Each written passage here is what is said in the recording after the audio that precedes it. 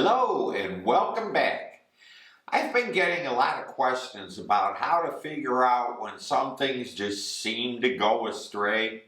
I myself have been down this road many times, so I am going to start a new playlist covering like rifle maintenance and troubleshooting and what to check for when things get wonky. These will be shorter videos covering many issues I have experienced and how to look for them and hopefully solve them. Today we'll start with checking bolt torques. If you found this video helpful, please leave a like and subscribe with notifications for new episodes. And I would say let's get on with it. Thank you. Alright, in this video we're going to go over torquing my F3R scope mount for the scope, and then we're going to go over mounting the stock to the barrel assembly and the action. So what I use for this is this Tecton. It's a 1/4 inch, really nice torque wrench. It's good up to 150 foot-pounds, which is plenty for this kind of stuff.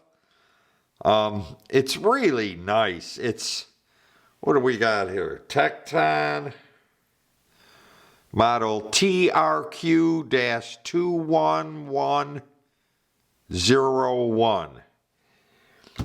And then I got the bits, like this bit here, this Torx type of bit. That's for doing the scope. And this hexagonal drive, whatever you want to call this, is for mounting the stock to the barrel assembly. We'll do that first. We'll start on the scope. Okay, so this is my scope mount here.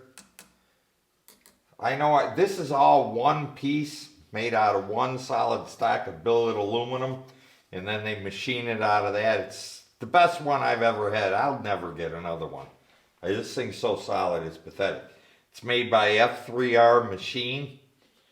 So here are my specs here.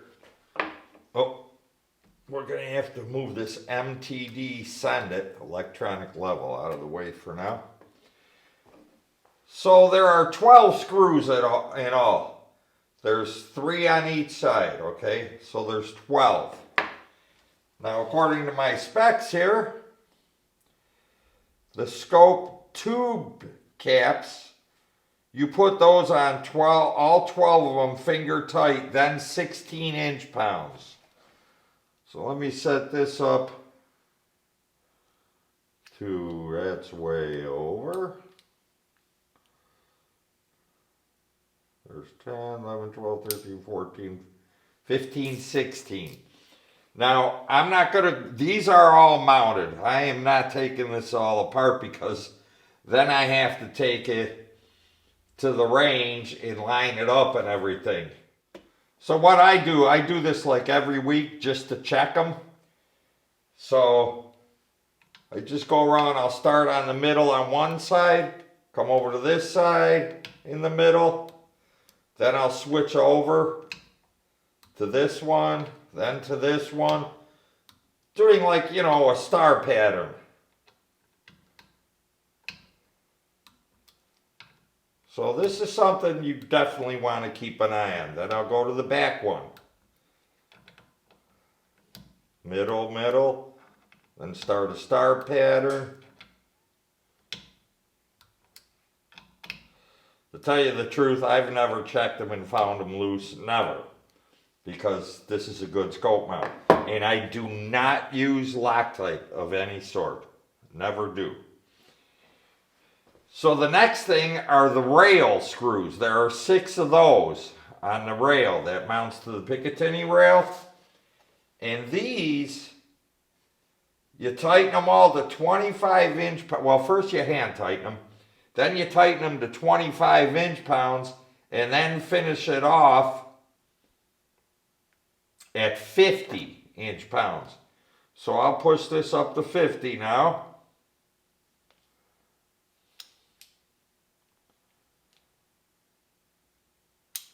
And check these out. And again, I'll start in the middle and the front. That's good. The middle and the back. That's good. Then I'll rotate to the front, front. Then the front, rear. Then the front, I'm sorry, I meant the back, rear before. Anyways, you know what I mean. And that's it. And like I say, I've never had these come loose. So I know I don't think I've ever made a video on mounting this scope and lining it up, taking it to the range with, you know, that box I showed you where I made that level for outdoors that the wind will not affect because it's enclosed in a box. It's sealed from the air. The front is clear. Anyways, so this is how you check that. Next, we'll move on to checking the torque of the barrel to the stock.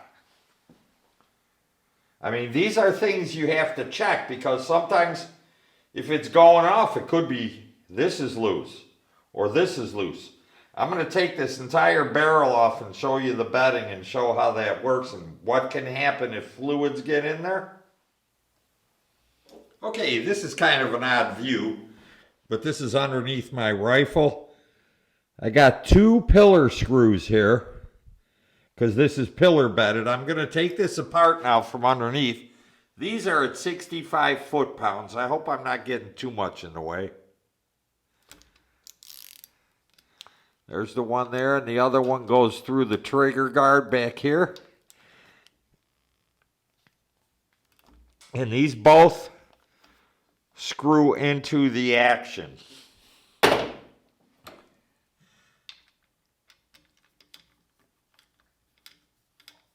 Now these you got to take an eye on. The reason I'm taking this out is just to show you the bedding and what happened to me once because I wasn't careful with my cleaning. Alright, let me come back to this. Alright, so now I'm going to lift this out, the barrel assembly, the scope and everything from the rifle very carefully.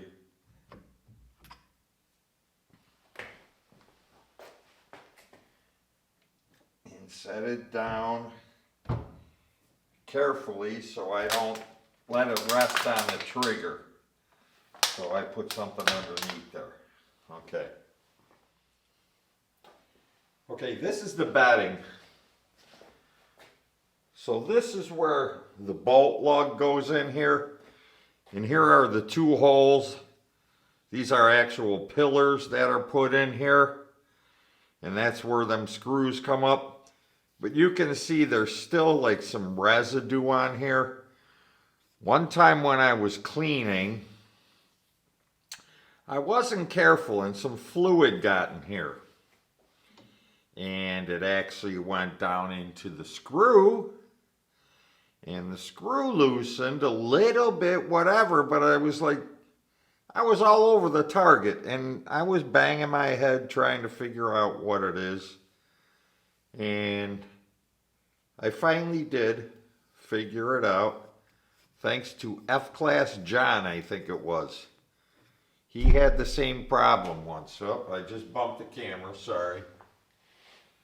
So that's what that is. So I'm going to put this back together now. I just wanted to tell you, this is another one you got to keep an eye on all the time.